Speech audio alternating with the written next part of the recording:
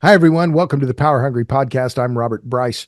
On this podcast, we talk about energy, power, innovation, and politics. And I'm pleased to welcome back for a record sixth appearance on the Power Hungry Podcast, my Wow. friend, author, and energy reporter Meredith Angwin, who is in Wilder, Vermont. Welcome to back to the Power Hungry Podcast, Meredith.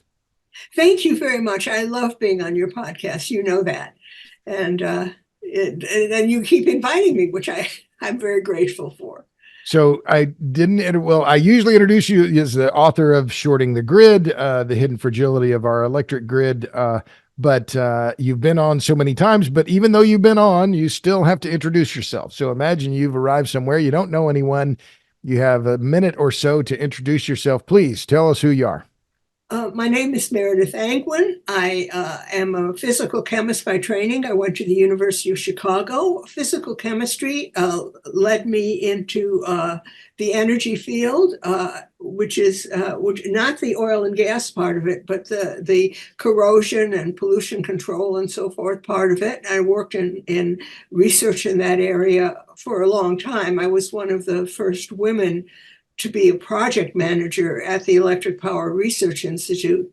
And then, I have this white hair stuff, and I'm semi-retired, and I don't know if that's really true, but at any rate, we moved away from the West Coast to be closer to our kids on the East Coast, and I began being active in grid oversight by joining the consumer liaison group of our grid operator.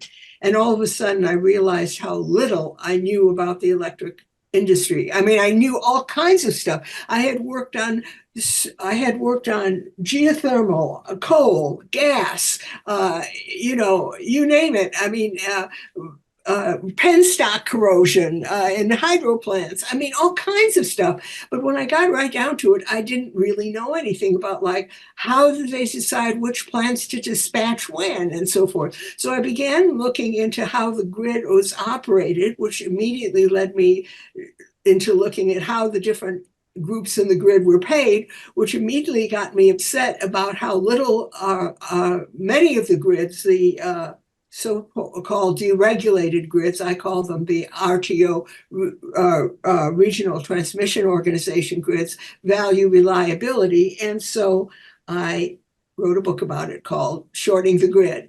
And since then, since my book was ahead of its time, in other words, it was before the first Texas blackout. Right. So I've been a mild level media figure as well as an author. Well, and I think it has been a remarkable trajectory, right? You've been a mom, Yes. you've been a professional career woman, your mom, now a grandmother, and in your grandmother period, you wrote a book and became kind of a media sensation. And I've been privileged to watch it. But now, so let's talk about what's happened, because you were on the last on the program, or last on the podcast in January, almost exactly a year ago, in January 2023. But now it's been 3 years since your book came out, a little more than 3 years. It came out in September, October of 2021, right before Winter Storm Uri. 2020. It came out October 2020. It's kind of shocking Oh, okay. All right. because So it came out before Texas. Remember, that's it right. was That's right. Right. peaking So right. before Texas. And Winter Storm Uri was February of 2021. So okay, Yes. right. Thank you. So before we started recording, I said, well, so what do you think's been happening? And you had this great line that facts are intruding on the narrative. What do you mean by that? Because we're talking about reliability, right? And the fragility of our grid. And we've seen now examples of that: Winter Storm Uri in 2021, Winter Storm Elliott during Christmas of last year, where the grid has teetered on the edge of collapse, both the gas grid and the Yes. electric grid, the gas grid in New York. What do you mean when you say the facts are intruding on the narrative? Well, the narrative has been that the most important thing we can do is decarbonize the grid, or we're all going to die. Now, I'm not a climate specialist, so I don't get into how quickly the climate would change or how bad it is or whatever. I just want to say that the most negative views of how we're all going to die if the climate changes are out for, 40, 50 years from now. If we lose our grid, we're all going to die a lot faster. And so the reliability of the grid is really important. I mean, I can't overemphasize the importance of it. And then, one person said to me, well, Meredith, you shouldn't use the word reliability. Find another word. Reliability has become a Republican word. I said, well, I consider it a word about processes. Is it reliable or is it fragile, or is it, is it easy to set up or is it hard to set up? Is it easy to wreck or is it hard to wreck? Anyway, so at any rate, but I sorry to interrupt, but I wanted to explore that idea that reliability is a Republican word. I mean, somebody said that to me. They said, I mean, but it's Meredith, you shouldn't talk about reliability. I said, I can't help it. I mean, if the grid goes down, you can read anything you want. You can read, you can go online to practical engineering. You can read books. We could lose over 50% of the people in the United States if the United States grid was down for a couple of years, right. a couple of months, months, maybe. yeah, right. And I just really feel that people ought to know this, and of course people don't want to know it. I mean, in the sense that when I was growing up during the Cold War, I'm that old. Yes. Anyway, when I was growing up during the Cold War, I really didn't want to know about how the Russians could wipe me out in 2 minutes. Okay. Right. I didn't want to know about ICBMs. I was like, talk about something else, because I couldn't stop the Russian ICBMs. And I figured that the best thing to do was just not worry about it. My husband and I like a little essay by Robert Louis Stevenson called Aes Triplex, Triple Brass.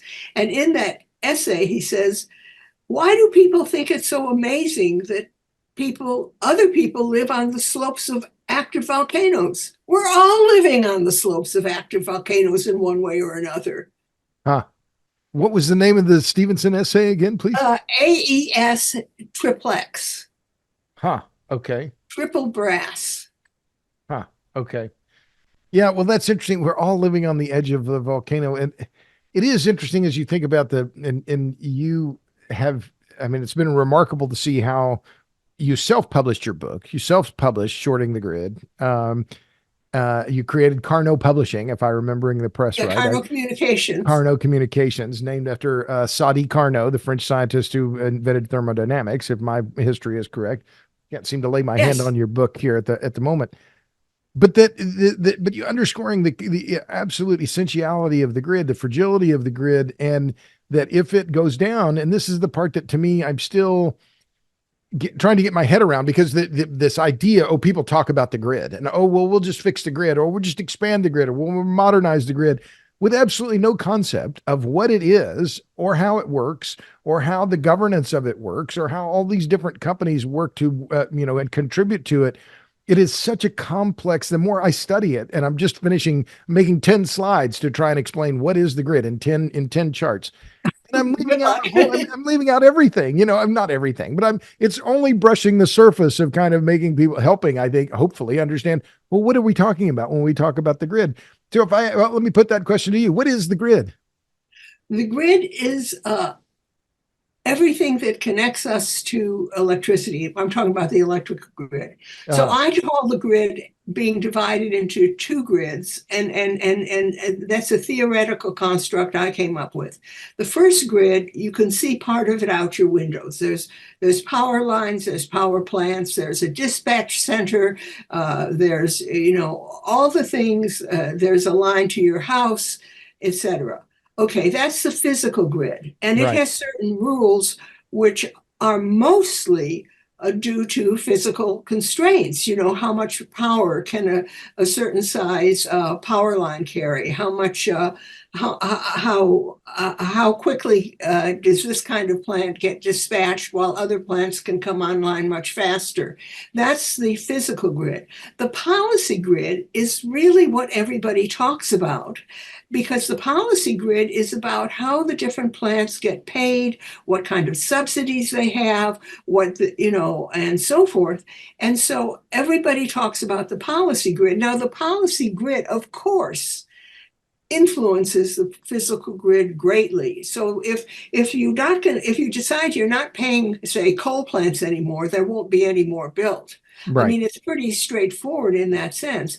But unfortunately, in many areas, including mine, it's not as straightforward as we're not paying coal plants. It is a complex system of subsidies and rules and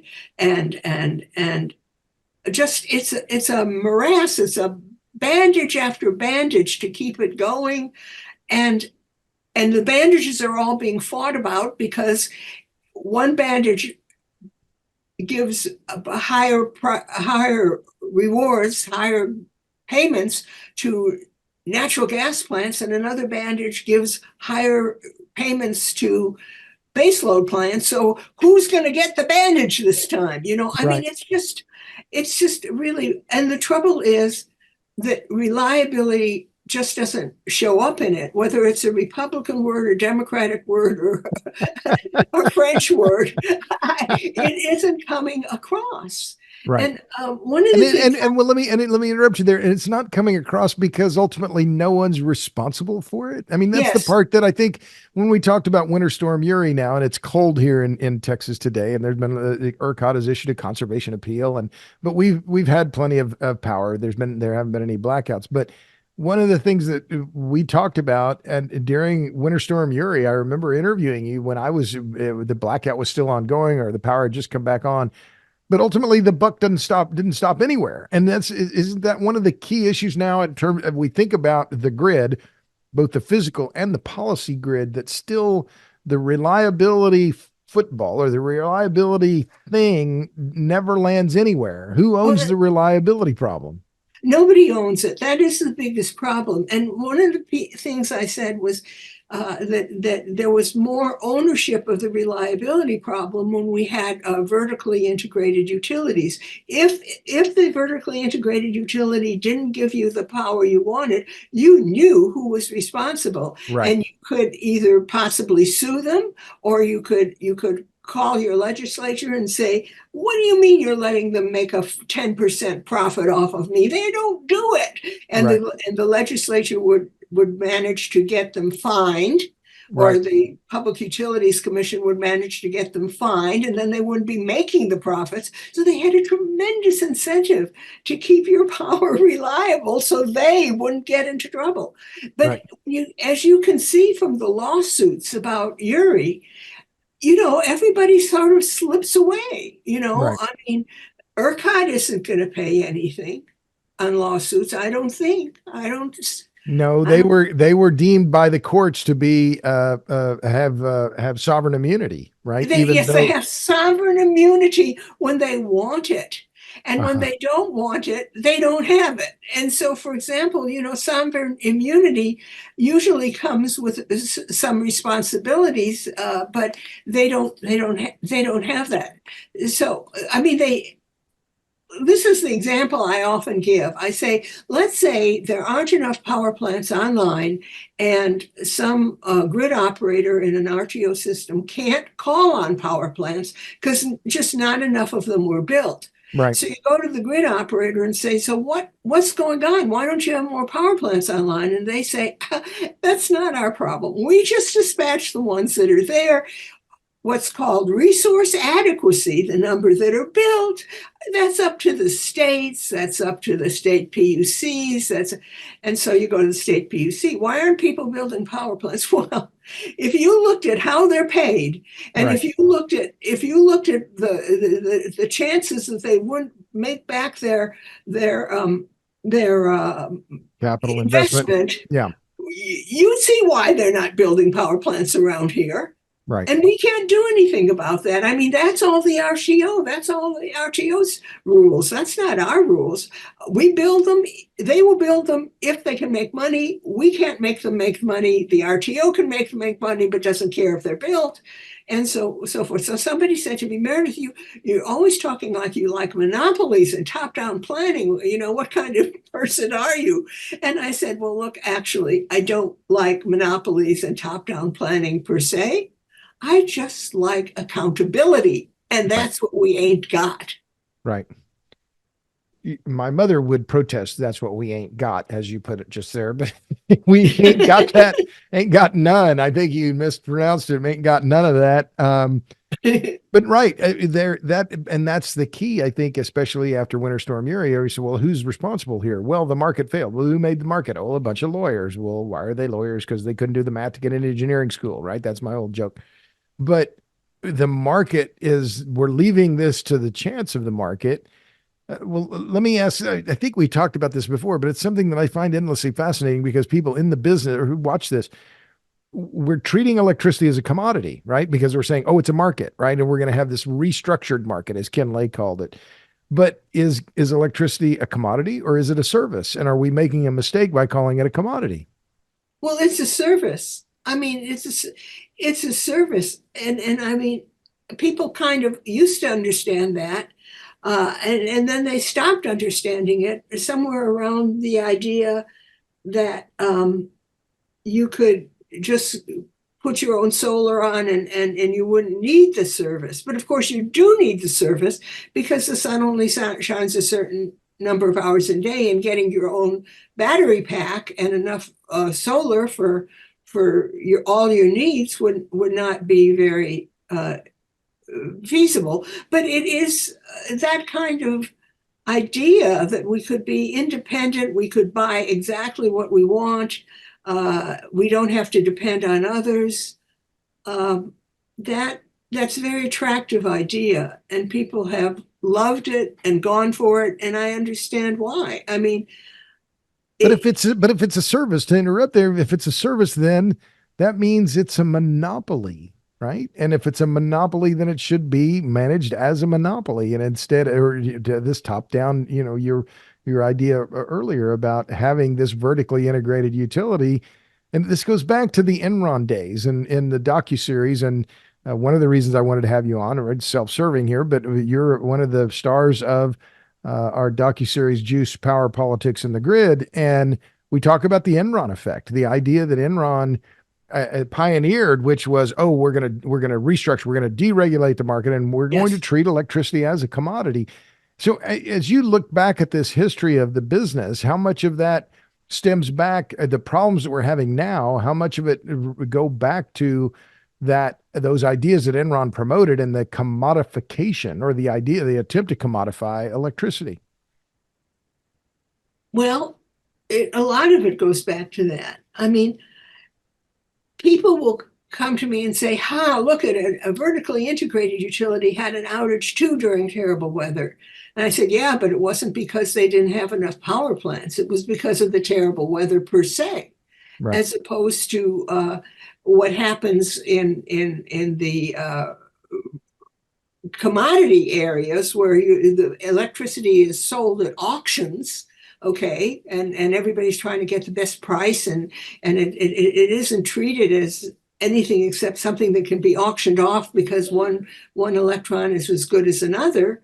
uh, then you find yourself, those areas are the ones that have more outages, more higher prices, fragility. I want to talk for a moment about the word Sure. fragility, because I use that word quite deliberately, because something that's fragile breaks easily. It's Right. not that something that isn't fragile will never break. I use an example that if I had a beautiful inherited crystal wine glass that somehow I'd gotten, and I dropped it, it would break.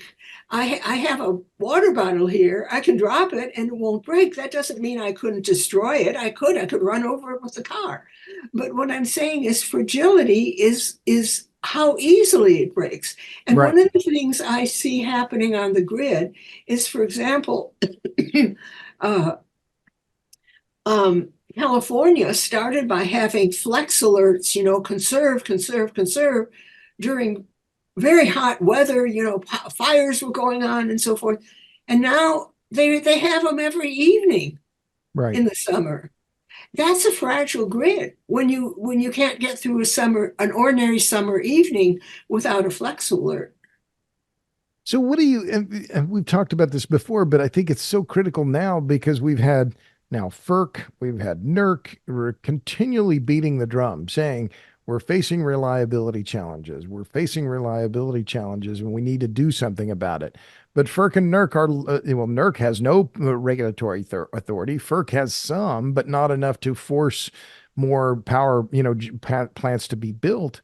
What, why, despite all these, let me see, it was last year, John Mora, NERC's director of reliability assessment and performance, said that this is the direct quote. He says, just to say it for the fourth or fifth time, managing the pace of our generation retirements and our resource changes to ensure we have enough energy and essential services is an absolute necessity.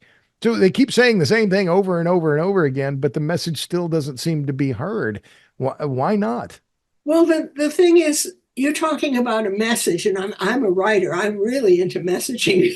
But when you get right down to it, what makes things change is either laws or gain. In other words, if there was a law passed that that every state had to have 110% of its power demand built within state, well, then you'd have a change in things. Or if there was if there was a subsidies, or something. What I'm saying is that what we have now is you can't change behavior by sending a message usually.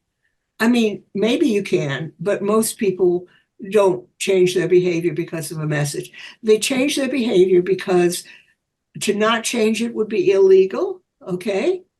Or they want to change it because of some gain to themselves, which Mm, in the world of utilities and generating plants and so forth, some gain to themselves means increased market share or profits. right.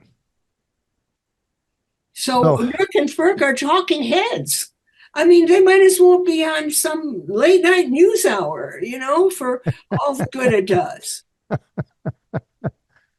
well, let's talk about the Northeast because you're in Wilder, Vermont. I know it's cold and snowing there. We talked about that earlier before we started recording. 20 degrees and snowing. Um, you're in ISO, New England, and the Everett LNG terminal is now in Boston is slated to be closed in May due to the closure of the Mystic generating station. And Constellation is the one that owns the LNG terminal, saying, "Well, we can't do anything about this." But this seems the perfect example, again, of a discrete decision being made by one profit seeking entity. And because they're making that profit decision, it's going to affect the reliability for entire states. How do you read that? I look at this and FERC and NERC issued a joint statement late last year saying this is a bad idea, but I don't see any headline saying this closure is going to be stopped. No, the closure won't be stopped, and I'm as happy to blame a business as to blame a government. Okay, I'm an equal opportunity blame caster, but I don't think we can just look at Constellation and say, look what they're doing, Right. because you see, the thing is that the reason that Mystic and the terminal there, Mystic is a power plant, and the Constellation terminal has a different name. But at any rate, the reason those two are still in business is that Mystic had a reliability must-run contract with ISO New England. So if Mystic was guaranteed a certain amount of money per kilowatt hour that it produced. So if it produced a kilowatt hour at a time when the grid was, let's say Mystic was guaranteed 7 cents per kilowatt hour. I have no idea. Nobody tells me, and Right. I'm not trying to find out other people's situations. But what I'm saying is that let's say that Mystic had a 7 cents, said, okay, you're going to get 7 cents per kilowatt hour, reliability must run. So it puts some power on the grid at the time that the grid is running 3 cents per kilowatt hour. And then ISO New England, through ancillary services charges, probably, I'm pretty sure it's ancillary services charges, gives them the other 4 cents per kilowatt hour. So that's what's keeping Mystic going. But there have been a whole lot of protests, and I think we can't call anything around here a success as long as the bottom line is we're paying Mystic to stay in business. How can you call this transition a success as long? And so anyway, the reliability must run contract will end, and Mystic and the terminal will end with it. That's what's going to happen. And you can't say, well, Constellation is shutting it. Constellation looked at it and said, if we don't get the amount of money we need to keep it going, we'll shut it down.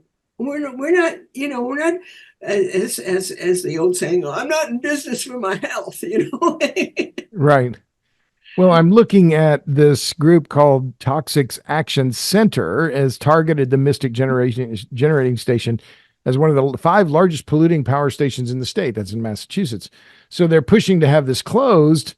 But I'm looking at, who is Toxics Action Center. It just seems like the number of NGOs that are working on these kinds of things that are climate focused, but they have no understanding of the need of the reliability of the grid or any of these other things. And so Constellation is a rational actor. Well, if we're not going to get paid, we're going to close the power station. We close the power station. We don't need the LNG plant. So, and it has, what is it? A total of 1,400 megawatts. Well, that's a significant amount of power generation that's needed by the entire Northeast. So again, it seems there's no sensibility in terms of the overall look at what does this mean in the big picture. Instead, it's a whole lot of little pictures that have a little bit of overlap with each other, but it's not making for a cohesive system. Am I making sense to you?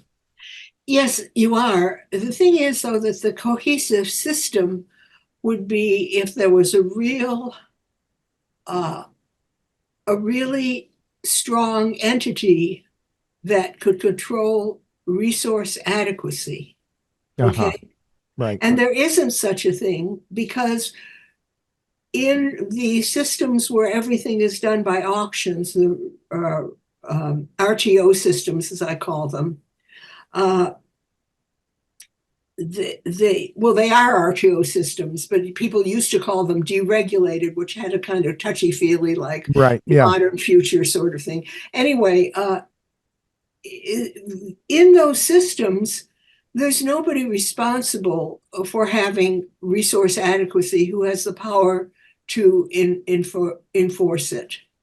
It just doesn't like Again, like the buck doesn't stop anywhere. There's no the one buck doesn't accountable. stop anywhere. And the idea is, of course, the idea is that doesn't matter because the market will take care of it. Well, Right. the market really doesn't take care of it all the way. I mean, nobody, if you set up a market so that people lose money some of the time when things are stressed, that doesn't matter too much unless people losing money equals people losing their lives.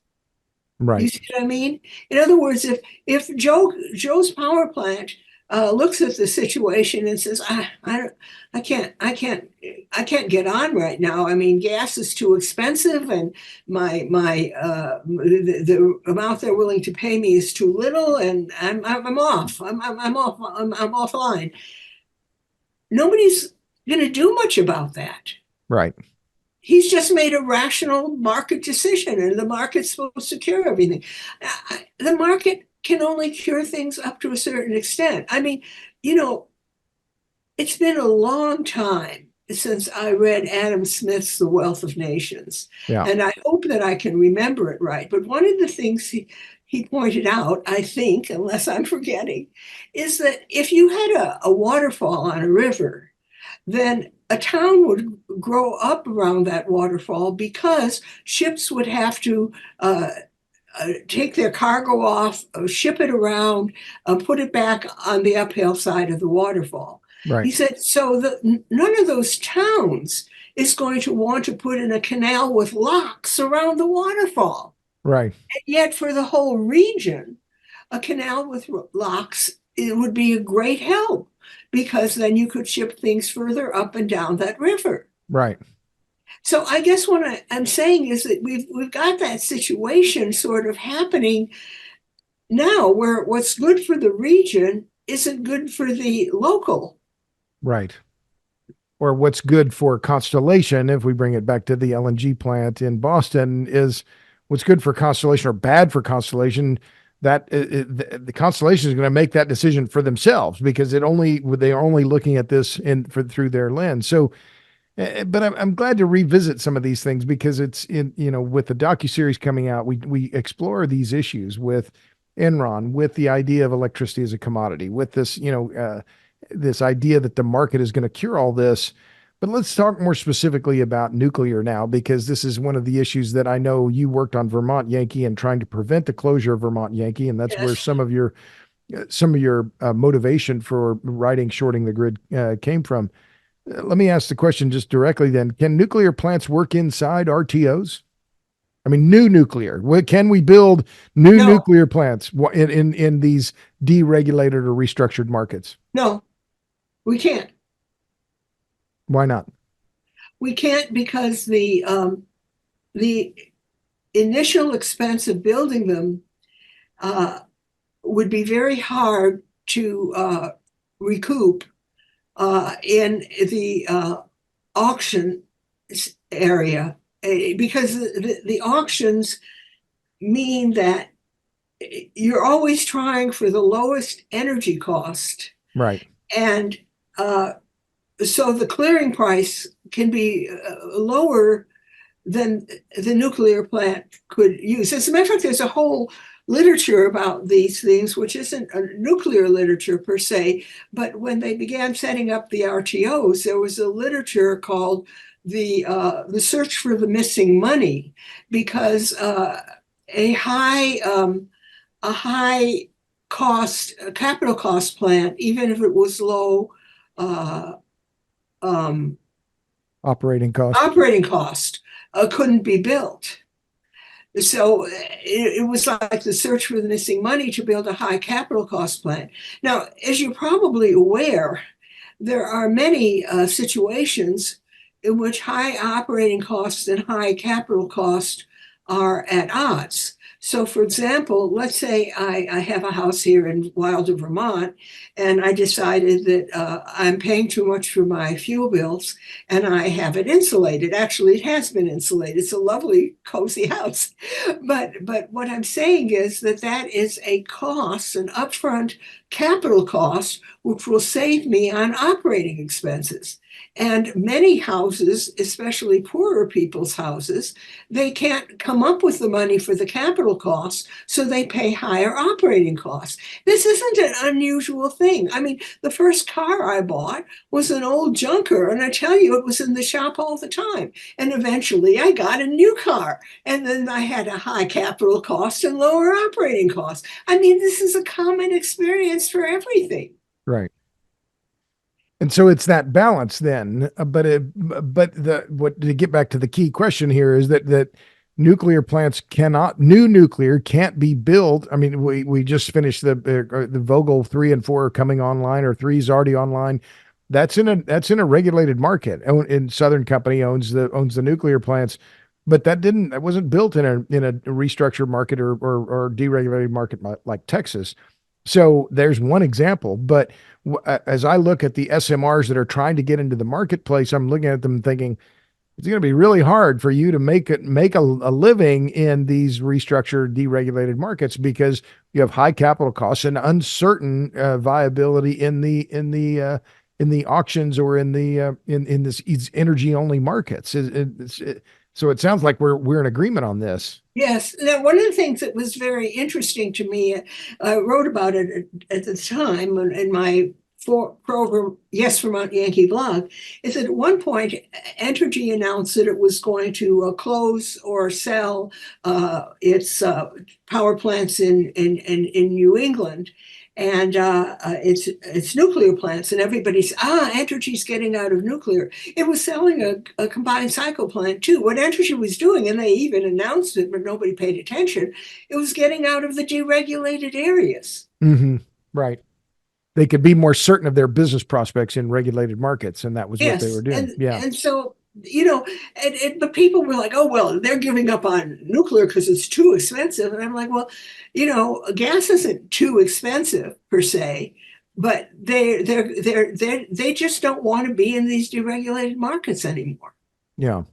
So let's talk about gas, and then we'll close. I wanted to keep this one shorter than an hour because to just mark the docuseries coming out. But the fatal trifecta, you coined that phrase, which I think is a really good one, and you talk about it in the docuseries, Juice, Power Politics, and the Grid. Over reliance on renewables, over reliance on just-in-time natural gas, and over reliance on imports. So we talked some about renewables and their limits. We talked and imports, I think, is fairly understood, but Winter Storm Elliott last year, the northeastern U.S. narrowly averted what would have been a complete disaster because of Yes. the over reliance on natural gas. I'm pro natural gas. The U.S. has an abundance of gas, but what do you see happening now when we see more and more dependence of the grid on gas fired generation? Is this going to end in tears? I think it may. You understand that in the old days, the gas was only maybe, I don't know, 30% of the grid or so. Right, And it's getting to be more than 50% on more and more grids. And so that's harder to make up. In right, other words, if the gas begins failing because of well freezing or compressors not working well in very cold weather or whatever, then it's a lot harder to deal with 50% going offline than 30%. right, And of course, it wouldn't be that all the 50% went offline, but I mean, you really didn't want your grid to be dependent on one kind of system, overly dependent, and especially a system which has just-in-time delivery situation. right, Uh, you know, uh, Nuclear in France is like 70% of the grid, used to be at any rate, but nuclear, and it had problems when they weren't keeping it upright, and they had to take plants down for refurbishing. But nuclear stores 2 or 3 years worth of fuel just in the reactor. right, So nuclear is unlikely to be having to go offline because it ran out of fuel because something happened during a storm. That right. ain't going to happen. Right. So but it's that over reliance on a single fuel is the key here, and that is it fair to say then the key to a robust grid is diverse fuels? But if we're going to pick one, and you and I think agree on this, we're going to pick one fuel and have focus more of our grid on one fuel. The obvious choice would be nuclear because you have the on-site fuel, you have more fuel security, and therefore energy security. Have you changed your mind or your view on any of that? No, I think that is still true. I don't like to say, oh, all we need is nuclear, because other fuels have other virtues. I mean, and so I tend to like a mixed grid, but it should have. I mean, in my opinion, a mixed grid would have at least 50% nuclear to take care of the what's on all the time, and to have a lot of power available, which is stored right there at the power plant. as opposed to A lot of fuel, you mean, at the power the plant? fuel is stored Right. right at the power Yeah. plant. I'm sorry, I said power. Right. That's bad, bad, bad, bad. But you corrected me. Thank you. Well, so let's we'll draw it to a close here a little bit earlier than usual. As I said, Meredith, my friend, station break, my friend Meredith Angwin. She is the author of "Shorting the Grid: The Hidden Fragility of Our Electric Grid." I know you are working on another project, but we'll wait and talk about that another day. But what are you reading now, Meredith? What's on the top Well, of your I've been list? reading a lot of really good books, and I'm shy to I haven't reviewed them all. For example, I have here. Let me see if I can just reach over here. There's Brian Gift's book, In the Dark, Right. and there's a book by Sean Connors called Chain Reaction. It's a novel, and it takes place with the trials and tribulations of trying to bring an SMR on, a small modular reactor, into the grid. I mean, I think there's an explosion of good books about nuclear. I mean, when I started out, the only pro-nuclear book I could find was an excellent book, Gwyneth Craven's Power to Save the World. Right. It was the only one. Now, Right. your book was good. It was an excellent book too, Power Hungry, because it was pro-nuclear, but it was sort of like natural gas to nuclear. It wasn't so much about the virtues of nuclear, which is, look, I love your book. I recommend it all the time. I'm just saying that, there were no straight up pro-nuclear books besides Gwyneth Craven's, just Right. straight up, that is it, nuclear is the answer books. And now there are so many of them, and I'm so pleased. I am too, and there have been a lot that have come out. So, what gives you hope, Meredith? What gives me hope is that I think that younger people who didn't live through the Cold War are not scared of nuclear as much. And the other thing is that reality is pushing through. And the idea that everybody is most concerned with climate change is batting up against the fact that people in Chicago can't drive their electric vehicles because of the cold, can't charge them, that people can't don't want to have grid failures, want to have robust grids, whatever that takes. And I think that is very hopeful to me. Yeah. Yeah, I think your point about the facts are intruding on the narrative, and I'm hopeful that that is in fact the case, because it's overdue, and the grid is what is that line? Was it mind is a terrible thing to waste? The grid would be a terrible thing to waste as well. So Yes, but you've done a great job, a yeoman's job with shorting the grid, and really have had a big impact. And it's been great to see you getting traction in the marketplace of ideas. thank you. Congratulations for that. But let's draw to a close there. My guest has been Meredith Angwin. You know where to find her. She's on Twitter at Meredith Angwin. Her book is Shorting the Grid: The Hidden Fragility of Our Electric Grid. Meredith, thanks a million for coming back on the Power Hungry podcast. Thank you so much for inviting me, and I'm so looking forward to your docu-series. I just can't tell you how excited I am about it. Well, thank you. I am too. It's been a long road, but we'll stop there. Thanks to all of you out there in podcast land for tuning into this episode of the Power Hungry podcast. Until next time, see you.